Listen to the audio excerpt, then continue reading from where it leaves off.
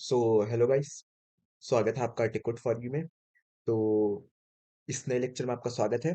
आज हम लोग कवर करने वाले हैं 2D एरे। ये लेक्चर थोड़ी लेट आ रही है बिकॉज मैं इन दिनों कुछ काम में बिजी चल रहा था। बट आज की लेक्चर हम लोग स्टार्ट करते हैं। हम लोग स्टार्ट करते हैं 2D एरे से। आगे बढ़ने से पहले मैं यहाँ क्या करता हूँ कि एक क्लास एबीसी बना लेता हूँ। मैंने आपको बताया है कि आप क्लास का नेम कुछ भी डाल सकते हैं। ये एक यूजर डिफाइंड है। तो मैं यहाँ एक क्लास एबीसी बना लिया हूँ। अब मैं क्या करता हूँ, मैं यहाँ एक डिफ़ॉल्ट मेथड जो कि जावा में ऑलरेडी प्रेजेंट है जिसका नाम है मेन, मैंने इसको कवर किया है। अगर आपने इसे नहीं देखा है तो आप हमारे प्लेलिस्ट को एक्सेस कर सकते हैं।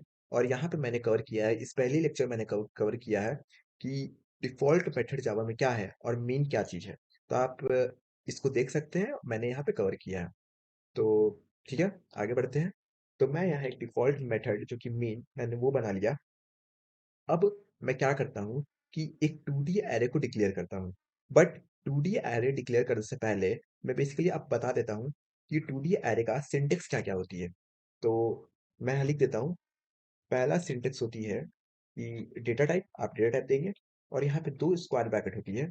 2 square bracket, then var name is equal to new int. और यहाँ पे आप एक स्क्वायर ब्रैकेट साइज देंगे यहाँ पे एक, और दूसरा स्क्वायर ब्रैकेट में भी साइज देंगे। अब मैं यहाँ बताऊंगा कि मैंने यहाँ पे दो साइज क्यों दी है। बट अभी मैं सिंटेक्स को कंप्लीट कर देता हूँ। कोड करते करते हम लोग देख लेंगे कि ये दो साइज का मतलब यहाँ पे क्या है। तो सेकंड इंडेक्स की अगर हम बात करें तो सेकंड इंडेक्स भी सेकंड सॉरी अगर हम सेकंड सिंटेक्स की बात करें तो सेकंड सिंटेक्स भी पहली वाली सिंटेक्स से सिमिलर है। आप यहाँ पे क्या कर सकते हैं कि आप यहाँ से ये डबल स्क्वायर ब्रैकेट हटा के आप सिंपली वैर के पार डाल सकते हैं। काम वही है, बट आप स्क्वायर ब्रैकेट को या तो आप यहाँ डाल सकते हैं या तो आप यहाँ डाल सकते हैं। दोनों में ही ये सही से वर्क करेगी। थर्ड सिंटेक्स की अगर बात करें हम लोग, तो थर्ड सिंटेक्स कुछ इस तरह की है। आप इंट यहाँ AR लिख दीजिए, ऐसे दो स्क्वायर ब्रैकेट हो जाएगा यहाँ पे। और यहाँ पे आप इसको डायनेमिकली एलोकेट कर दीजिए, यर is equal to new int and simply ये। ठीक है। तो अगर आप थर्ड सिंटेक्स भी देखें तो थर्ड सिंटेक्स में भी हम लोग ने इनडायरेक्टली यही काम किया है जो हमने इस फर्स्ट और सेकंड सिंटेक्स में किया है। यहाँ पे बेसिकली हमने दो लाइन में इसको डिवाइड कर दिया है। यहाँ पे आप देखें तो हमने बेसिकली सबसे पहले वेरिएबल को यहाँ पे डिक्लेयर कर दिया है और उसको नीचे इस लाइन में फोर्थ वाली लाइन में डायरेक्टली एलोकेट कर दिया है। तो एक तरह से देखें तो इनडायरेक्टली वन दोनों का ही एक पार्ट है जो कि इस तरह से लिख सकते हैं। तो मैं बेसिकली अभी इस वाले सिंटेक्स का यूज करूंगा आपको समझाने के लिए। तो चलिए आगे बढ़ते हैं और मैं यहाँ एक 2D एरे को डिक्लेयर कर लेता हूँ। तो मैं यहाँ एक 2D एरे डिक्लेयर कर लेता हूँ। इंट मैंने एक डेटा टाइप दे दिया, AR मेरा एक वेरिएबल नेम है और दो स्क्वायर ब्रैकेट। और अब मैं डायनेमिकली इसको एलोकेट कर देता हूँ क्योंकि मैंने आपको बताया था जो कि जावा है इसमें जो एरे है ये डायनेमिकली एलोकेट होती है। तो ठीक है। अब यहाँ पे क्या होती है कि जो हमारी जो पहली ब्रैकेट है इसमें साइज ऑफ ए रो दिया जाता है। रो रो का साइज मतलब आप कितने रो को डिक्लेयर करना चाहते हैं अपने 2D एरे में। अब 2D एरे में क्या होता है कि जो दो ब्रैकेट है, पहला ब्रैकेट नंबर ऑफ रोज को रिप्रेजेंट करती है और जो सेकंड ब्रैकेट है ये नंबर ऑफ कॉलम्स को रिप्रेजेंट करती है।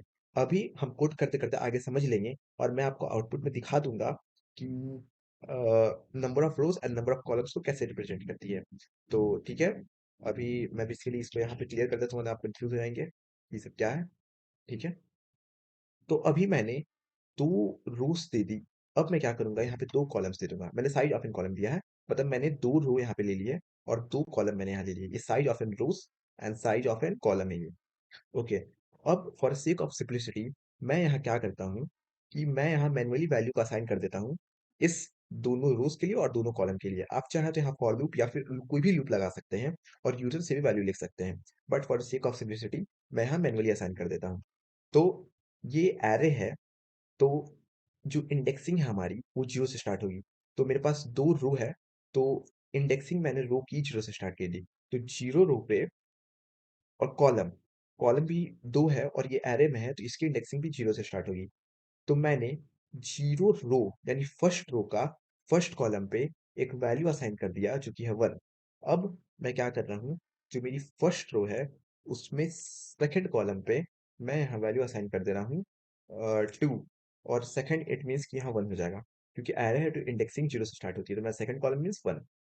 नाउ अब मैं क्या करूँगा, जो मेरी सेकंड रो है, जो कि मैं 1 से रिप्रेजेंट करूँगा, उसकी फर्स्ट कॉलम पे मैं यहाँ क्या करूँगा कि मैं यहाँ 3 को डेटा इनपुट कर दूंगा। अब मैं क्या करूँगा, जो मेरी सेकंड रो है, उस पे जो सेकंड कॉलम है, उस पे मैं डेटा दे दूंगा, और उस पे मैं क्या करूँगा, यहाँ 4 असाइन कर दूंगा। नाउ अब मैं क्या करता हूँ, इसको सिंपली प्रिंट करा देता हूँ फॉर लूप का यूज करके। तो int I is equal to, मैं 0 से स्टार्ट करूंगा क्योंकि एरे में इंडेक्सिंग 0 से स्टार्ट होती है। नाउ आई लेस देन, पहला लूप हम चलाएंगे फॉर नंबर ऑफ रोज। तो नंबर ऑफ रोज मेरी कितनी है यहाँ पे, 2। तो मैं यहाँ क्या करता हूँ, I less than 2, number of rows के लिए मैंने चला दिया पहला लूप। मैं यहाँ लिख देता हूँ फॉर रोज, ये मैंने रोज के लिए चलाया। अब मैं एक दूसरा लूप लूंगा, और ये मेरी कॉलम के लिए चलेगी। तो int J is equal to 0, क्योंकि इंडेक्सिंग 0 से स्टार्ट होती है इसलिए 0। जे लेस देन, अब नंबर ऑफ कॉलम कितनी है, ये भी 2 है हमारी इस केस में, तो लेस देन 2 हो जाएगी। अब नाउ जे प्लस प्लस, अब मैं सिंपली क्या करूंगा कि मैं वैल्यू प्रिंट करा दूंगा, आप देखेंगे कैसे प्रिंट होगी है। तो system dot out dot print, अगर आपको ये समझ में नहीं आ रही है कि मैं system dot out dot print सब क्या लिख रहा हूँ, तो आप हमारी प्लेलिस्ट को एक्सेस कर सकते हैं। तो फॉर मेरी रोज के लिए कौन सी लूप थी, ये आई वाली लूप, तो मैंने रोज में ये आई लिख दिया। अब मेरी कॉलम वाली कौन सी लूप है, ये जे वाली, तो मैंने ये कॉलम में जे लिख दिया। अब मैं यहाँ सिंपली क्या करता हूँ कि यहाँ मैं स्पेस दे देता हूँ अच्छी दिखने के लिए। आप चाहें तो ये स्पेस नहीं भी दे सकते हैं, बट मैं यहाँ स्पेस दे रहा हूँ ताकि ये थोड़ी अच्छी दिखे। अब यहाँ पे मैं क्या करता हूँ, एक एलन लगा देता हूँ, प्रिंट एलन, ताकि नेक्स्ट लाइन में प्रिंट होते हुए मुझे दिखेगी, तो इससे आप कंफ्यूज नहीं होंगे। ये बेसिकली डिजाइनिंग के लिए है, आप चाहें तो ये सब ऑप्शनल में रख सकते हैं। तो मैं आपको दिखाता हूँ। Okay done. ओके, अब हम लोग इसको रन करते हैं। आप देख सकते हैं मैं इसको रन कर रहा हूँ।